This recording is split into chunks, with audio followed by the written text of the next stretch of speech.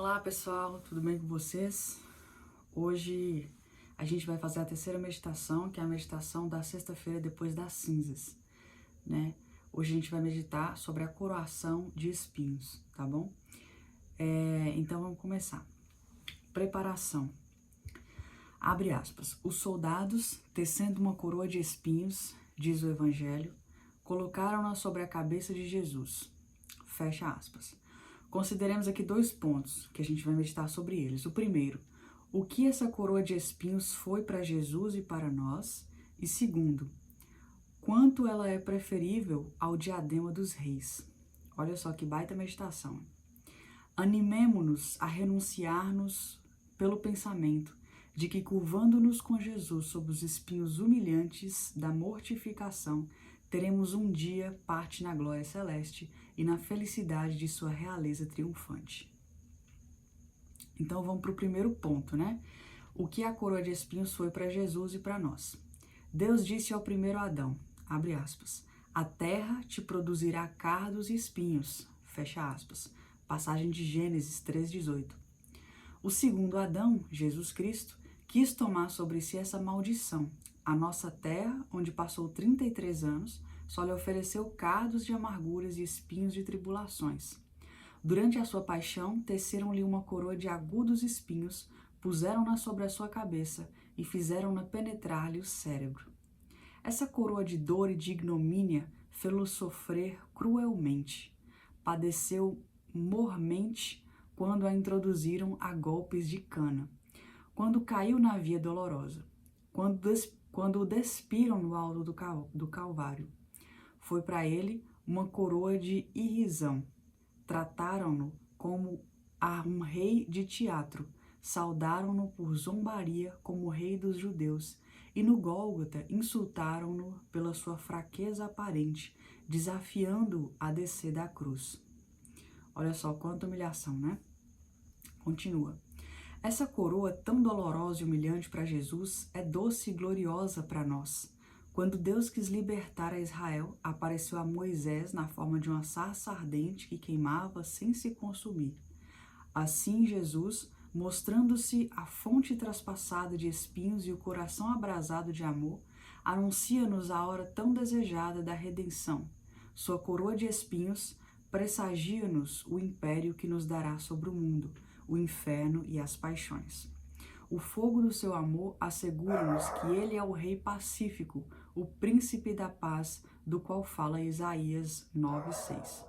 E que seu reino, embora semeado de espinhos, não é no fundo, senão doçura e suave caridade. Ó mistérios consoladores e animadores. Temo-los compreendido até agora? Não nos assustam os espinhos da mortificação? Separam-nos do mundo e de nós mesmos, de modo a abrasarem os nossos corações do sagrado amor? Ah, quantos obstáculos lhe opomos cada dia por nossos hábitos de leviandade, dissipação, amor próprio, vanglória e sensualidade, sem nenhuma reforma dos nossos defeitos. A graça insiste para que levemos vida menos terrena, menos natural e menos rotineira. Essa frase me lembrou uma coisa que o padre Paulo Ricardo fala. Ele fala assim, Deus está querendo te levar para o céu, cara, mas você atrapalha o tempo inteiro. Ele tem uma frase, acho que virou até meme. Mas é muito isso, né? A graça insiste em fazer com que sejamos menos terrenos, mas nós insistimos em atrapalhar, né? Voltando. Obedeçamos-lhe a voz. Quanto mais velarmos pela pureza do nosso coração, tanto mais o amor divino terá império sobre as nossas almas. Ele ocupa em nós o lugar que lhe damos. Quanto mais expelimos os vícios, tanto mais firme e durável ele se torna. Quanto mais expelimos os vícios, tanto mais firme e durável ele se torna. Jesus, vós me dizeis no Evangelho, abre aspas, amai os vossos inimigos, fazei bem aos que vos odeiam, sede perfeitos como o vosso Pai Celestial. Mateus 5, 45, 48. Como cumprir preceitos tão difíceis sem o espírito de renúncia e mortificação? Dai-me coragem de vencer meus ressentimentos, de abafar as aversões, de cortar em mim tudo o que se opõe à união perfeita do meu coração com a vossa realeza sofredora. Depois de ter neste mundo levado convosco os espinhos da abnegação, possa eu no céu partilhar na Assembleia dos eleitos a vossa glória e beatitude sem fim. Aqui finaliza a primeira meditação. Então a gente tem como tema da primeira, o que a coroa de espinhos foi para Jesus e para nós. Então para Jesus foi sofrimento, dor, né? Mas para nós foi a glória, a salvação, né? A coroa de espinhos para nós é doce, porque com ela vem a remissão dos nossos pecados, um Salvador, né? A própria salvação que se fez carne. Então, o quanto a gente deve a esse Pai Celestial, né? Que deu seu próprio Filho unigênito para encarnar e morrer na cruz. Qual o tamanho da nossa dívida? Vamos refletir sobre isso, né? E aí a gente vai para a segunda parte aqui, né? O segundo ponto é o seguinte: a coroa de espinhos preferível ao diadema dos reis. Carlos V, rei da França, descendente de São Luís, ao morrer mandou que lhe apresentassem a coroa de espinhos da Santa Capela e a coroa da Sagração dos Reis. Mandando colocar a primeira diante dele com piedade e devoção, ordenou pôr a segunda a seus pés. Em seguida, dirigindo-se a Jesus, disse, abre aspas, diadema sagrado da nossa salvação, quão doce é o contentamento que dás na recordação dos mistérios da nossa redenção. E tu, coroa real, quão preciosa és e vil. Preciosa pelo mistério da justiça que encerras e executas. Vil, excessivamente vil, pelas angústias de consciência que proporcionas e pelos perigos em que colocas as almas no concernente à sua salvação. Fecha aspas. Essas expressões de convicção do piedoso monarca, que arrancaram lágrimas aos assistentes, são para nós uma grande lição. Recordam-nos que a coroa de espinhos, tão dolorosa para Jesus, nos representa a vida humilde, penitente e mortificada, que convém aos discípulos de um Deus padecente, enquanto que a coroa dos reis é o símbolo da vida cômoda, dos adeptos do mundo, vida que se escoa na procura da estima, riquezas e delícias terrenas. Olha aí a diferença da coroa de espinhos para a coroa dos reis, né? Para a coroa real. Qual das duas escolheremos? Antes de darmos a resposta, coloquemo-nos em nosso leito de morte.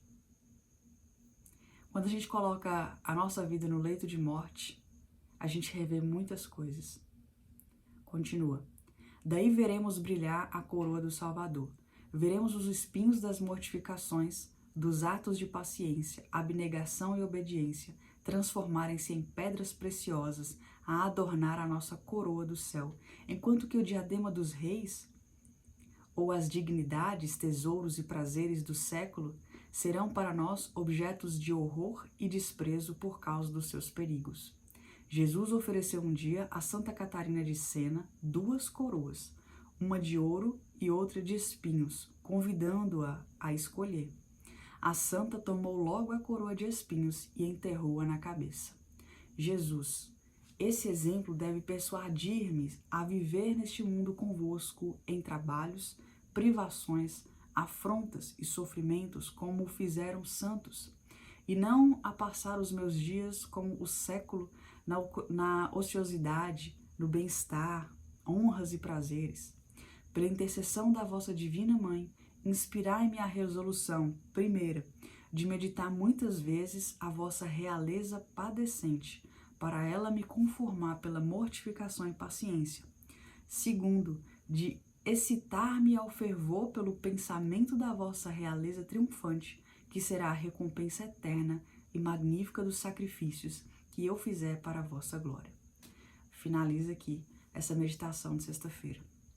Quão importante é a gente refletir bastante sobre qual das coroas a gente tem colocado na nossa cabeça. A coroa de espinhos, aquela coroa de mortificação, de sofrimento, aquela mortificação que vai me dar em troca a glória celeste, a proximidade com Deus, ou eu estou colocando a coroa real, né, da realeza, aquela coroa que vai me dar status, prazeres, honrarias, né, bens materiais e somente isso, que vai me dar elogios, que vai trazer pessoas olhando para mim o tempo inteiro, né? Então, a que isso está me levando? Qual das coroas eu escolho na minha vida, no meu dia a dia, no meu trabalho? Nos pequenos momentos do dia a dia, qual coroa eu tenho buscado escolher? Como Santa Catarina de Sena fez. Escolheu a coroa de espinhos e cravou na cabeça. Essa é a meditação de hoje, né? A importância da coroa de espinhos, tá bom? Então é isso. Finalizamos aqui e até o nossa próxima meditação amanhã, sábado, depois das cinzas, onde a gente vai meditar sobre a santificação da quaresma, tá bom? Eu vejo vocês amanhã então. Beijo e até lá.